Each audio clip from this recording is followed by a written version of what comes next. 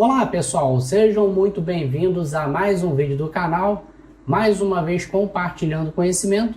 E no vídeo de hoje eu vou estar compartilhando com vocês como faz para conectar na rede Wi-Fi no Orion OS.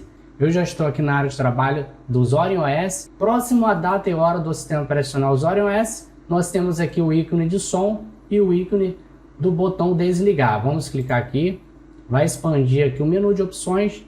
E aqui nessa tela vamos vir até as opções Wi-Fi. Clica nessa setinha, ele vai expandir aqui todas as redes próximas aí do seu computador ou do seu notebook.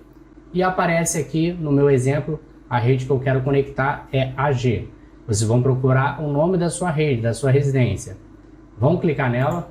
Clicou aqui, ele vai pedir para que você digite a senha da sua rede Wi-Fi. Eu vou digitar a minha aqui. Na sequência, conectar.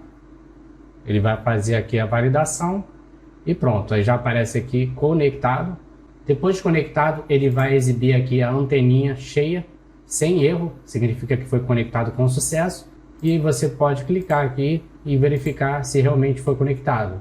Vai aparecer esse selo de verificado na rede que você acabou de conectar, significa que foi conectado com sucesso. Para verificar se a internet está funcionando, é só você abrir o navegador de sua preferência e testar aqui a conexão. Pronto. Como vocês podem ver, a internet já está funcionando aqui.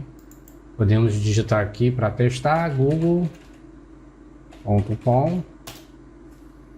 e como vocês podem ver, eu estou conseguindo navegar pela rede Wi-Fi numa boa. Simples assim, tudo funcionando aí perfeitamente. Gostou dessa dica?